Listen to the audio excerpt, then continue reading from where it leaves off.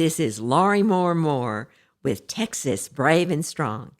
Tidbits of Texas history you never learned in school. Today's topic, Comanche attack. As the story goes, nestled in a small clearing close to the woods in the Leon River, about 7 miles northeast of the small settlement of Hamilton in central Texas, was a rustic one-room schoolhouse. The Leon River School was a simple square of loosely stacked logs with large spaces left between the logs to allow for ventilation. School was taught in the summer when the children had more free time from tasks on their family homesteads. It was afternoon that day in July of 1867, and a small group of students had settled in for their lessons. Their teacher, Miss Ann Whitney, a heavy-set 32-year-old who had left Massachusetts and traveled to Texas to teach, was instructing the children when a young student, Amanda Powers, yelled that horsemen were approaching the school. At first, Teacher Ann Whitney was unconcerned, as she had been told a parent and his cowhands would be visiting the school that day to see his daughter, who was boarding with another family, in order to attend the classes.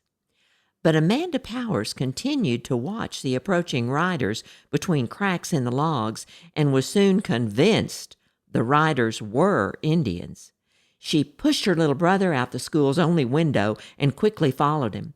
Both ran for the bushes along the river and hid. Amanda's departure and the sound of pounding horse hooves told the story, a Comanche attack. Barring the door and gathering the children, Ann Whitney began pushing her students out the small window on the north side of the cabin, with instructions to hide in the brush along the river. At the last minute, loose floorboards were pulled up, and 2 students, Lewis Manning and John Kirkendall, took cover under the school. With blood-curdling cries, the war party began firing arrows into the school, wounding Ann Whitney more than a dozen times. A 3rd student, still in the building, Jane Kirkendall, was wounded but survived because the Indians apparently assumed she was dead.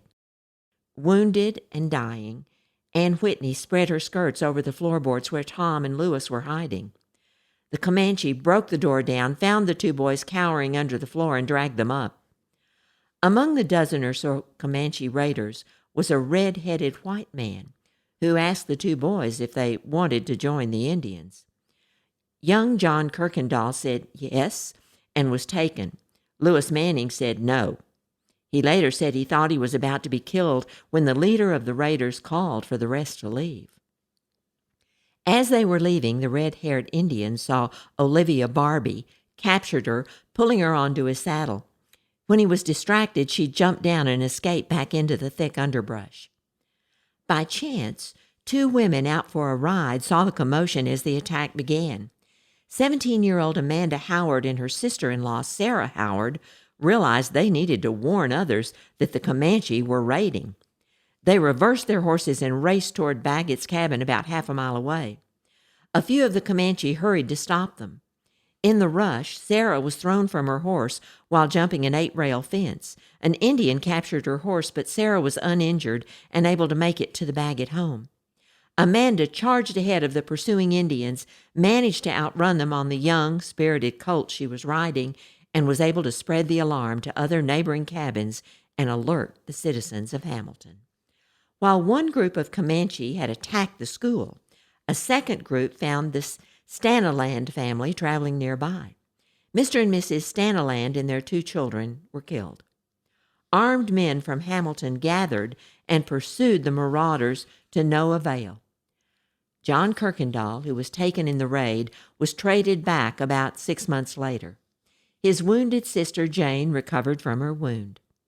All of Ann Whitney's students had survived the attack. Teacher Ann Whitney, who had died trying to save her students, was heralded as a hero. Schoolchildren in Hamilton County raised money to place a monument in Graves Gentry Cemetery in memory of the Leon River schoolteacher. It reads, "In memory of Ann Whitney, a frontier schoolteacher, born in Massachusetts about 1835, killed by Comanche Indians July 9, 1867, resting in hope of a glorious resurrection." Erected by the school children of Hamilton County. Hamilton Elementary School is named for Anne Whitney. In 1958, a gray granite stone memorial honoring Anne Whitney was placed on the Hamilton County Courthouse lawn. Anne Whitney's bravery in saving her students and Amanda Howard's heroic ride is also memorialized by Althea Armstrong on the Texas General Land Office 1972 illustrated map of Hamilton County.